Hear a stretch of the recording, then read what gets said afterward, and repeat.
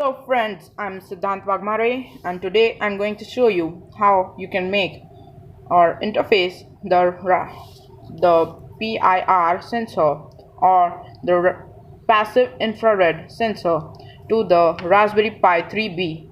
It may also work with Raspberry Pi 3B Plus, but I'm gonna use Raspberry Pi 3B. So let's begin.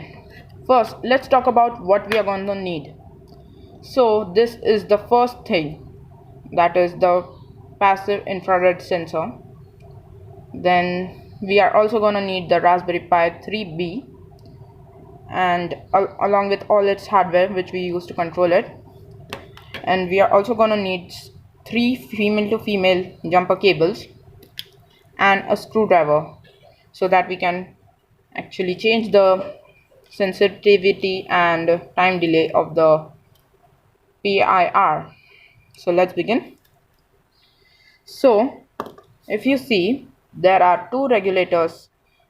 So the first one is the one on the left is for the sensitivity and the one on the right is for the time delay. So we need to ensure that both of them are turned completely anti-clockwise so that we get the best so that there is the least time delay and the greater sensitivity.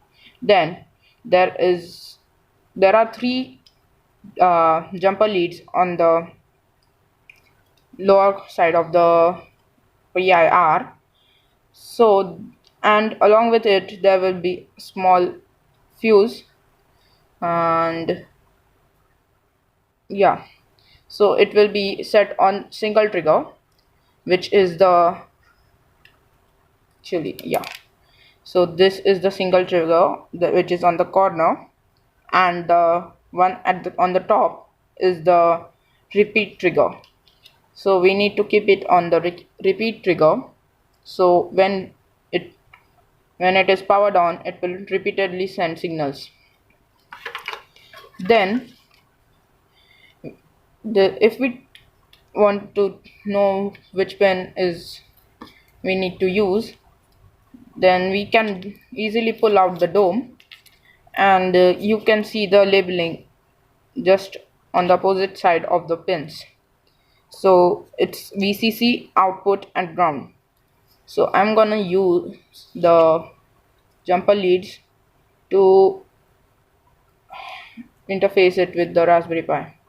So I'm gonna use the white jumper lead for the 5 volts, and gray for output, and black for the ground, just like that. Then we also needed to be connected to the Raspberry Pi. So we need to power it with 5 volts, 5 volts. And if you do not know the GPIO chart of the Raspberry Pi, you can easily get it from internet, or I'm gonna tell you. So so the 5-volt pin, there are, I believe, 3 pins, but we are gonna use the pins that are nearby the ground, so that we don't need to split these cables, and there is no a sort of jungle or forest of wires. So the 5-volt pins, there are 2 5-volt pins on the lower row, and they are on the right hand side. They are these two, the two here, and we can use any of them, but I'm gonna use the one that is just beside the ground. As I told you, the ground, yep, this one. And the ground is just beside it on the left hand side, and the output pin, we are going to use the GPIO 4, which is diagonally opposite on the of the ground pin. And yeah, we are ready. The we have almost, well, yeah, we have completely finished all the things. And I'm just gonna put this on so that up. Yep. So this is our setup.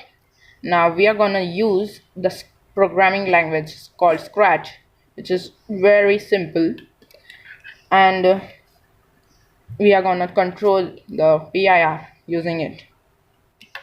So let's do it. As you can see, I just plugged into my Raspberry Pi, and I just finished programming this thing.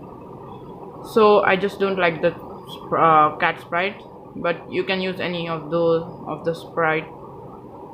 I just use the Pico sprite because it's quite adorable.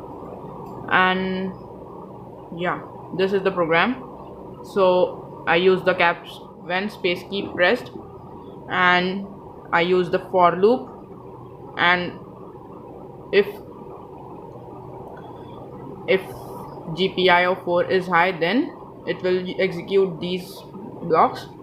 And to get this GPIO4 is high block, you just have to go to more blocks, add an extension and GPIO, okay, and you will get these two blocks. I use this one, and yeah, you get this list. You can choose any of these.